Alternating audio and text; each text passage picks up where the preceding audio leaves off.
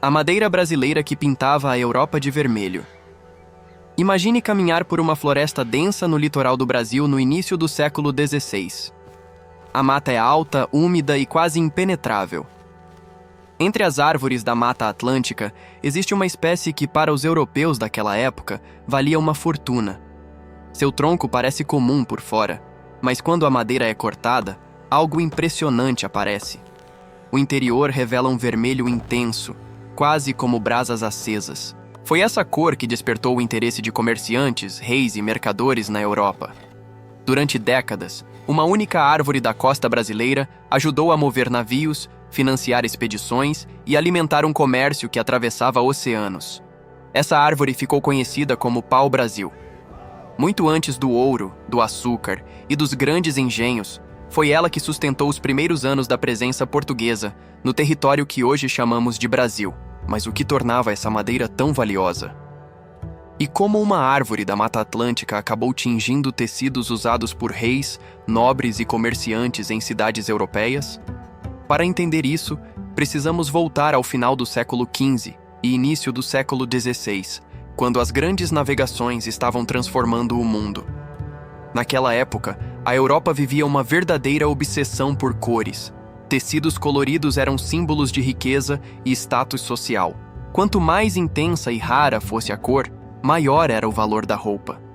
Entre todas as cores desejadas, uma se destacava: o vermelho profundo. Produzir esse tom vermelho não era simples. Os corantes disponíveis na Europa eram limitados, caros e muitas vezes pouco duráveis. Alguns eram extraídos de insetos, outros de plantas, mas nem todos conseguiam produzir um vermelho intenso que resistisse ao tempo e às lavagens. Foi nesse contexto que a madeira encontrada na costa do Brasil chamou a atenção dos europeus. Quando o tronco do pau-brasil era cortado e raspado, produzia um pó avermelhado. Esse pó podia ser transformado em corante, capaz de tingir tecidos com um vermelho forte e vibrante. Para os mercados europeus, aquilo era extremamente valioso. Navios portugueses começaram então a visitar com frequência o litoral da nova terra descoberta em 1500. Durante os primeiros anos, Portugal nem sequer criou grandes cidades ou plantações por aqui. O principal objetivo era extrair essa madeira e enviá-la para a Europa. O processo começava na floresta. As árvores de pau-brasil cresciam principalmente na Mata Atlântica, próxima ao litoral.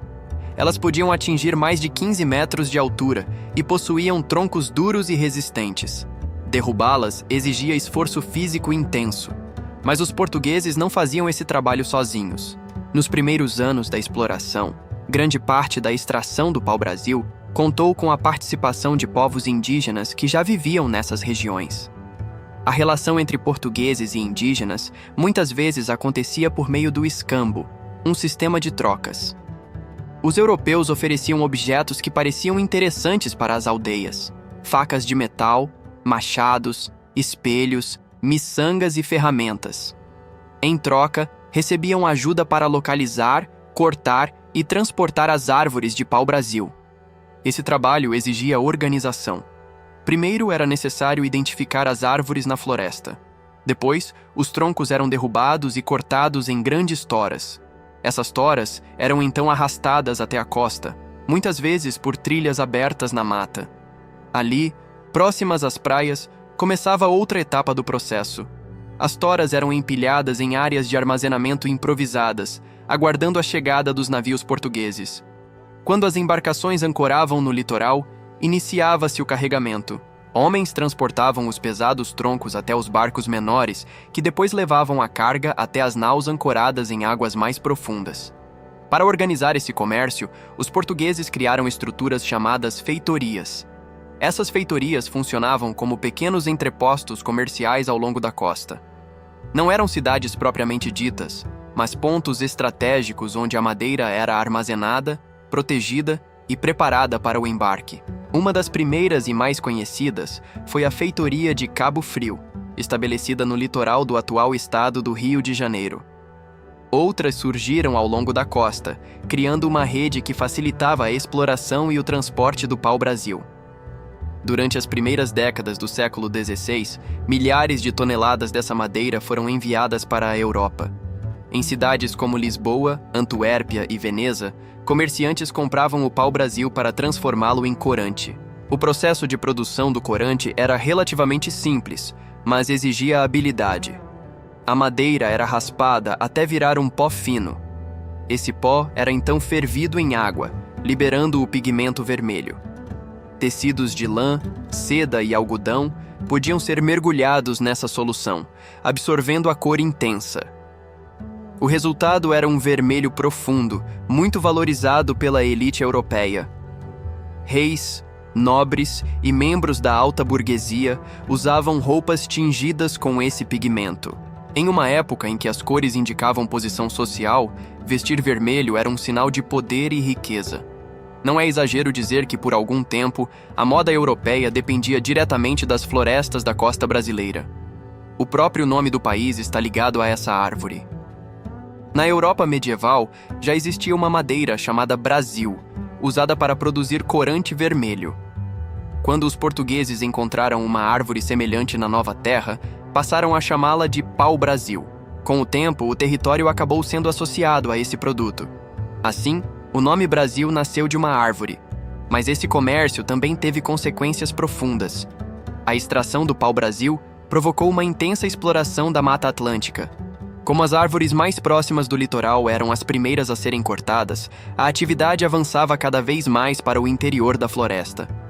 Ao longo das décadas, grandes áreas foram devastadas. Além disso, o sistema de escambo com os povos indígenas começou a se transformar. O aumento da exploração e a presença constante de europeus na costa criaram tensões, conflitos e mudanças profundas nas relações entre colonizadores e populações nativas. Outro fator complicava ainda mais a situação. O pau-brasil não interessava apenas aos portugueses. Comerciantes de outras regiões da Europa também perceberam o valor daquela madeira. Navios franceses passaram a frequentar a costa brasileira para negociar diretamente com os povos indígenas. Esses comerciantes ficaram conhecidos como contrabandistas de pau-brasil. Os franceses estabeleciam alianças com algumas comunidades indígenas e carregavam madeira sem autorização da coroa portuguesa. Durante anos, houve uma disputa silenciosa pelo controle desse comércio.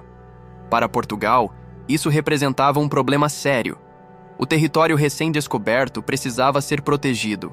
Foi justamente essa disputa pelo pau-brasil que levou a coroa portuguesa a tomar uma decisão importante.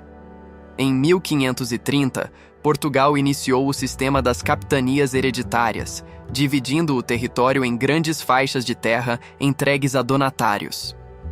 A ideia era estimular a ocupação da costa, proteger o território e organizar melhor a exploração econômica.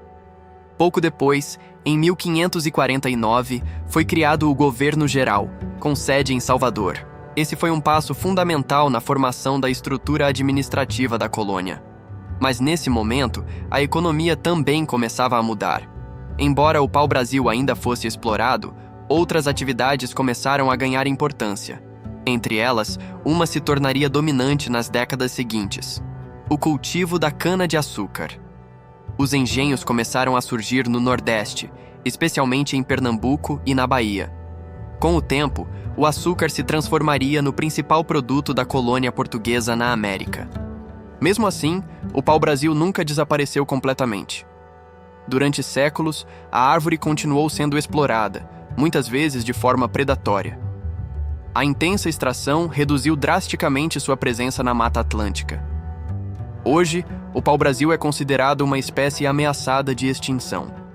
Ironicamente, a árvore que deu nome ao país quase desapareceu das florestas que um dia cobriram grande parte do litoral brasileiro. Mas sua história continua viva. Ela lembra um momento em que o mundo estava mudando rapidamente. Um tempo em que navios cruzavam oceanos em busca de riquezas naturais, conectando continentes através do comércio. E também lembra que, muito antes do ouro de Minas Gerais ou do açúcar dos engenhos, foi uma árvore da Mata Atlântica que colocou o Brasil no centro de uma rede comercial que ligava florestas tropicais às cortes da Europa. Uma madeira simples por fora, mas que por dentro carregava a cor que pintou a Europa de vermelho.